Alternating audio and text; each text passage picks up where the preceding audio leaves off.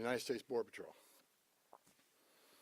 I'm very pleased to report that this surge operation and our work here with state and local officials to improve coordination and achieve mutual goals, as well as our efforts to address issues of a concern here on the ground, have yielded the successful results we have came here for.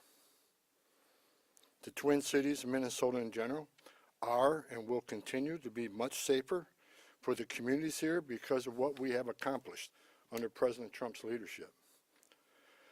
I previously shared with you before I got here. Before I even got here, I met with, I said I was going to meet with the governor, the AG, and the Mayor Fry, Mayor Herr, and I've done all of that. I've also met with various police chiefs and sheriffs. And one thing we all had in common was the importance of ensuring and maintaining public safety. Overall, we made a lot of progress through extensive engagement, meeting with them and other key stakeholders.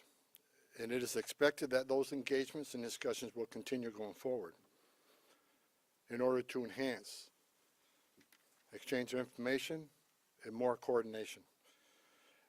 As a result of this surge operation, we have greatly reduced the number of targets for enforcement action. And many criminal aliens have been arrested and taken off the streets, including murderers, sex offenders, national security threats, gang members, and other violent criminals. Just this week, ICE arrested a criminal alien with criminal convictions for rape, acts with a child under 14 years of age with force, lewd and lascivious acts with a child under 14. ICE also arrested 2 criminal aliens with criminal sexual misconduct convictions, among other violent criminals.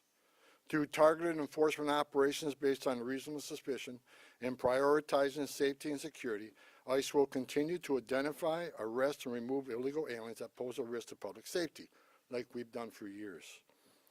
And our officers will carry out those duties with professionalism, integrity, and compassion, like we've done for years. We will enforce the immigration law against all persons in the United States illegally. I want to say something about the various unfounded complaints I'm hearing about ICE enforcement operations. During the surge operation, ICE has not arrested anybody inside a hospital. We have not arrested anybody inside of a school, an elementary school. We have not arrested anybody inside a church. As a matter of fact, the only ones that disrespected the sanctuary of a church were the agitators that have been arrested and prosecuted, and so far we have 9 of them. However, those locations are not off the table. I said from day one, there's no sanctuary for a significant public safety threat or national security threat. But as far as those stories about ICE going into churches, arresting people in hospitals, it simply has not happened. And if you have a case where it happened, you let me know. Because all the digging I've done here, I can't find a single one. Under President Trump's direction, we have obtained an unprecedented level of coordination with law enforcement officials that is focused on promoting public safety across the entire state. While I don't agree with Governor Walz and Attorney General Ellis on everything, I appreciate the support the governor gives to state agencies who coordinate with us in a manner intended to promote public safety. And I appreciate the AG having an open dialogue with me. Early on, the first meeting I had, acknowledging that county jails may notify ICE of the release date of an inmate, just as long as they don't hold them past the time they would normally release them. We now have the ability to arrest criminal aliens in the safety and security of jails throughout the state at the time they're being released, like we've done in other states. I've also directed the strategic placement of officers in certain areas throughout the states that can respond quickly to sheriffs that want to release somebody and notify us. We need to be nearby so they don't hold them unnecessarily. So we worked on a strategic plan to reassign officers in those key locations. Arresting a public safety threat and the safety and security of a jail is safer for the alien, it's safer for the officer, and safer for the community. I think we all can agree on that. It requires less resources for at-large operations. It just makes sense. I'll say it again, as I've said many times, we are not asking local law enforcement to act as immigration officers. I don't want them to be immigration officers. We're the immigration officers. We just want them to be cops. We're asking law enforcement to coordinate with other law enforcement to help keep public safety risks out of the communities. We have also strengthened our existing coordination with the state to target and take custody of criminal aliens more efficiently and effectively. As a result of our efforts here, Minnesota is now less of a sanctuary state for criminals. And we are proud of the public safety threats we have removed from the criminal aliens out of this state.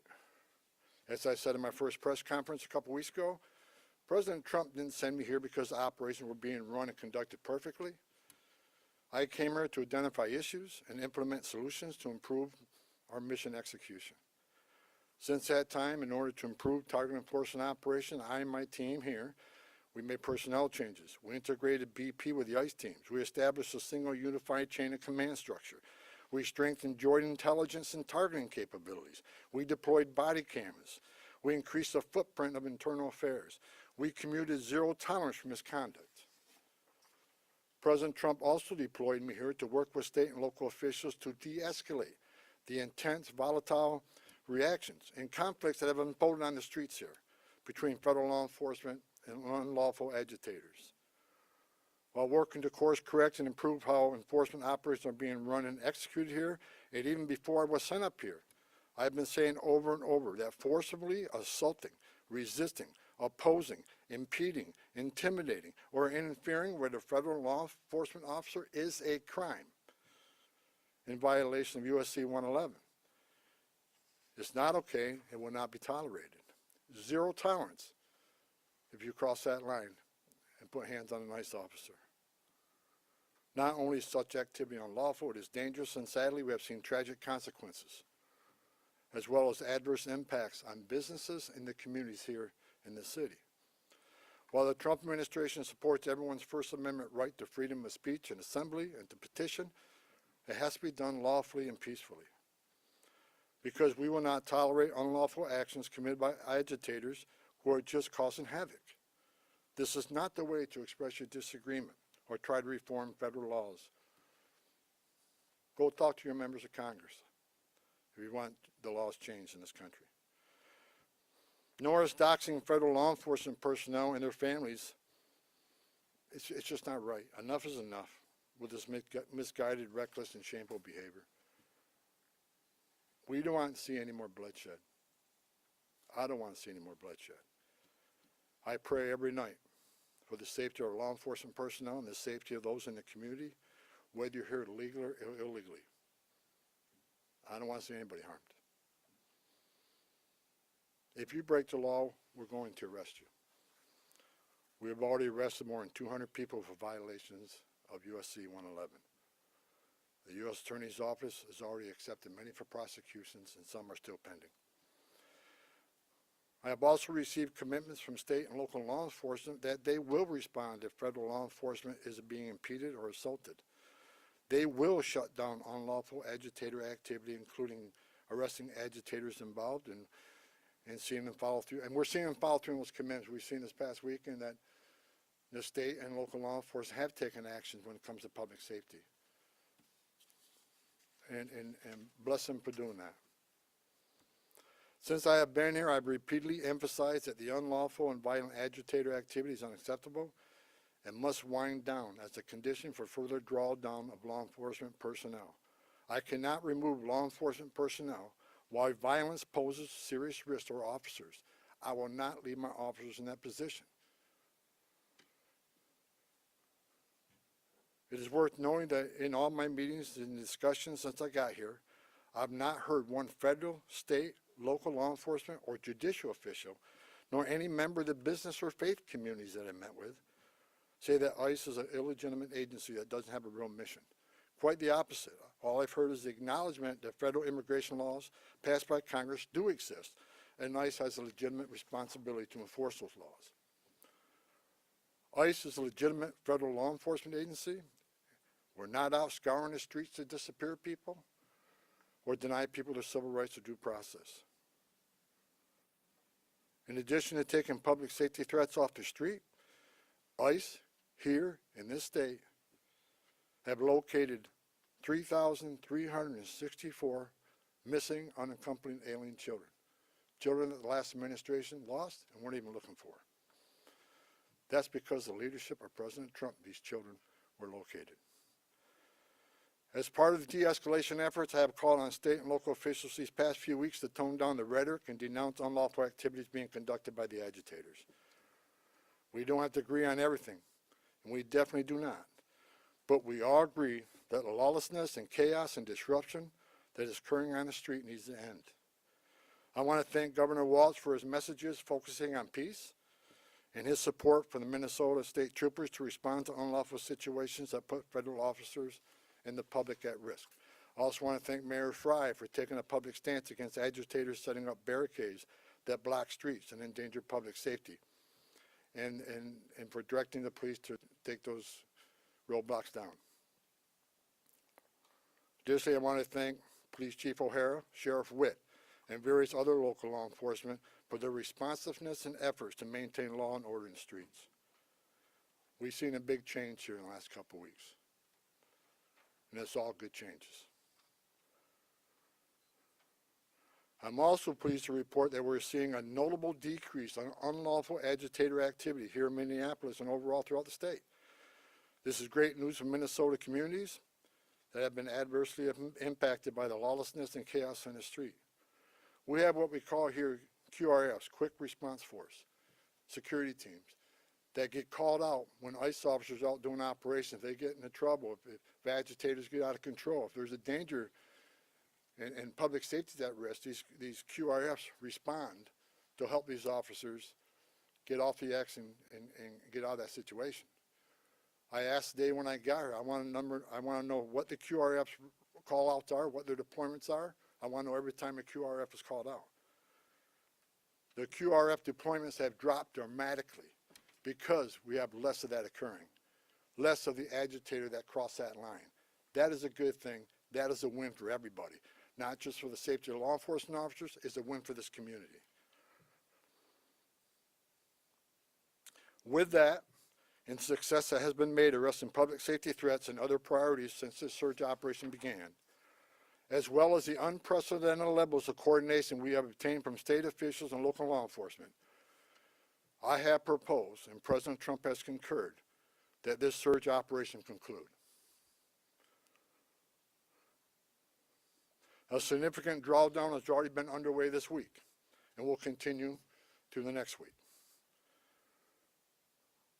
We have a lot of work to do across this country to remove public safety risk who shouldn't even be in this country, and to deliver on President Trump's promise for strong border security and mass deportation. Law enforcement officers drawn down from this surge operation will either return to their duty stations or be assigned elsewhere to achieve just that. We will continue to enforce Title VIII immigration law throughout this nation. Prioritizing national security threats and public safety risks makes sense. But I'll continue to say over and over again, if you are here in the country legally, you're not exempt from our immigration laws. If we encounter you, we'll take appropriate enforcement action. For those that say we are backing down from immigration enforcement or the promise of mass deportations, you are simply wrong. Look at the data. Record number of arrests and deportations under President Trump's first year. And we'll continue that effort. Prioritizing public safety threats and national security threats doesn't mean we forget about everybody else. We will take action on everybody else. That's just a stone cold fact. A small footprint of personnel will remain for a period of time to close out and transition full command and control back to the field office, as well as to ensure agitator activity continues to decline, and that state and local law enforcement continue to respond to ensure officer and community safety. Additionally, federal government personnel assigned to conduct criminal investigation into the agitators, as well as the personnel assigned here for the fraud investigations, will remain in place until their work is done. I will also remain on the ground for a little longer to oversee the drawdown of this operation and ensure its success. In closing, I want to thank the leadership and senior management that I've worked with for your efforts into these issues, determine deficiencies and challenges, present solutions, and implement improvements that will benefit how operations are run and executed nationwide. God bless the men and women of ICE, men and women of the Border Patrol. Appreciate everything you've done for us. Also, with sincere gratitude, President Trump and I want to thank the men and women of ICE and CBP and partner agencies who have been assigned here during Operation Metro Surge. You achieved a great success for the Minnesota communities. Thank you to your families as well, because I know they sacrifice also. Thank you, President Trump, for your vision, as well as your support and confidence in these brave, dedicated patriots that work hard to deliver on your strong commitment to law and order, public safety, prosperity for American communities. Today, we have the most secure border in American history. We are seeing record numbers of people being arrested and deported. Your promise to make America safe again is being played out every day on the streets of this country. I've said it many times. I worked for 6 different presidents, 10 different administrations. No one has done it better than President Trump. God bless this great country. I'll take questions now. We'll take a couple questions, no follow-ups. I'll start off with Frankie. Yeah.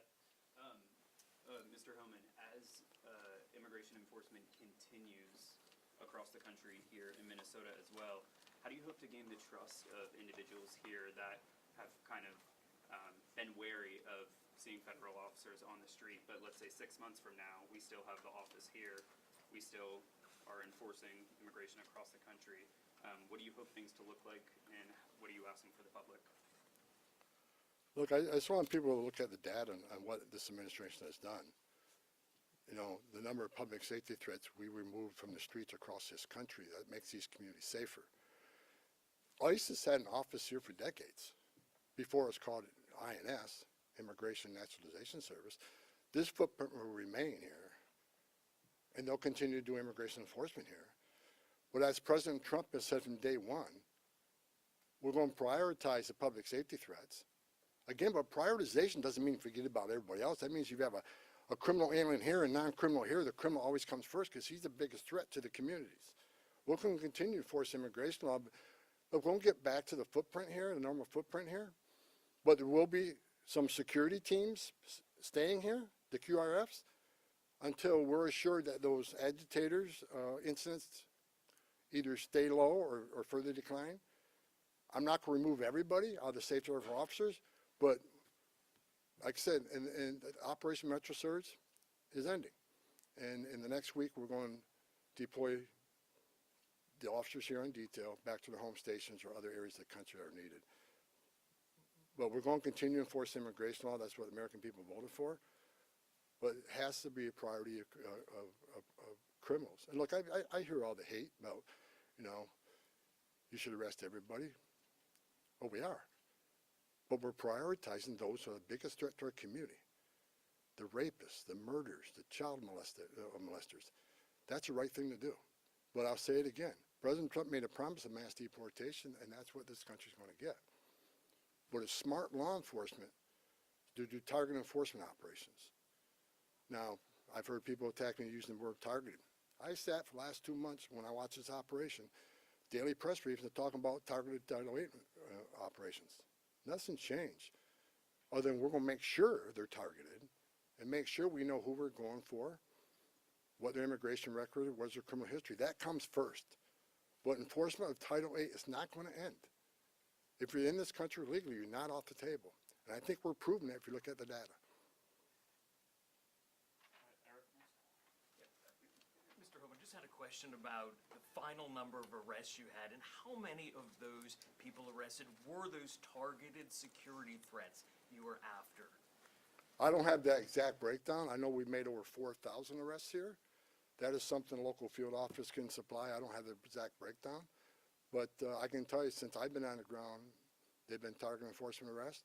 I believe there were target enforcement arrests before I got here. What I did is create one chain of commands where everybody knows what everybody else is doing, and integrate operation command centers. There were some issues here, and we addressed those issues. But I'm not going to sit here and say anybody did anything wrong and that, they were, unprofessional. I'm going to say there's some issues here. We fixed those issues. We've had great success with this operation, and we're leaving Minnesota safer. The surge is leaving Minnesota safer, Minneapolis safer, because of the cooperation we got with the counties and the state and local law enforcement responding to our needs. I'll say it again. It's less of a sanctuary state for criminals. Yeah, sorry to go a little off topic here, but can you confirm that CPD actually hit a party balloon instead of a drone with a laser during the incident in El Paso? And why wasn't that action coordinated with the FAA? I have no information on that. It's out of my league. So we're going to keep the questions to Minnesota, the topic. Go ahead. Mr. Homan, can you specify how many county sheriffs, local jails have agreed to work with you and honor ICE detainers? I have not met one county jail that says no to us. They want to work with us. Okay, we have time for one more. Go ahead. Yes, hi, Mr. Homan. You talked about this unprecedented level of cooperation between local officials and yourself. Can you explain more what is changed now in terms of that cooperation Well, from before? several things have changed. First of all, when the agents were out doing operations and the agitators got a hand and proposed a public safety threat, not just to the officers but the communities, law enforcement response has been sporadic at best. I think at what you've seen now, what you saw this past weekend, is law enforcement is responding to public safety needs quickly. And people were arrested for violating city ordinances as far as when unlawful assembly and so forth. They come to assist us to make sure our officers, the person we have in custody, leave that scene safely. You've seen it this weekend, and I'm happy that the local and state was there also, that responded, and we haven't seen any incidents of them not responding since we have these agreements in place now. As far as the jails, we got more cooperation, more jails than they had before we got here. And that's a good thing. We're having conversation with the state, and state already accepted our detainees, but we're moving further on our agreements for the state. So the cooperation we have here is going to keep this city safer. It's going to keep our agents safer. Arresting public safety threats in a jail just makes sense. If we look at, I was talking to my chief of staff this morning on the way over here. I see that most people on the other side, when I say other side, I say this argument with Democrats versus Republicans, whatever. But most of the people, even Democrats, are saying they want public safety threats to be the focus. They think public safety threats, illegal aliens, should be addressed. But to say that and not let us into jail, you can't square that. I just noticed the governor of New York, my home state. I've heard her say that she believes public safety threat, illegal aliens should be the focus of ICE. But to have a press conference last week to lock us out of the jails and end 287G agreements, how do you square that? You can't. So again, prioritization of public safety threats don't mean we forget about everybody else. We're going to enforce the immigration law. We're going to have a mass deportation. President Trump promised that, and we're committed to that. However, it shouldn't be a partisan issue that you arrest public safety threats in the safety and security of a jail. Releasing public safety threats back in the public is just stupid. And I've been arguing this for years. And I hope Congress takes action on sanctuary cities and sanctuary. It makes sense. If you think about it, even the argument I hear, well, victims and witnesses of crime that are in the country illegally want to feel safe to come to law enforcement and to report those crimes without fearing that this law enforcement agency is working with ICE. That's a bunch of crap. Because victims and witnesses of crime don't want the bad guy released in the neighborhood either. It's ridiculous. We want access to the person that you chose, the local jurisdiction chose, to lock in a jail cell. And we have that cooperation here now. It's the right thing to do, and it makes this community safer. This community is safer because we arrested 4,000 illegal aliens in this, over 4,000 illegal aliens here. Many of them public safety threat, not all of them. As I said, we're going to force immigration law, but this community is much safer because of President Trump's leadership and the men and women standing on this stage.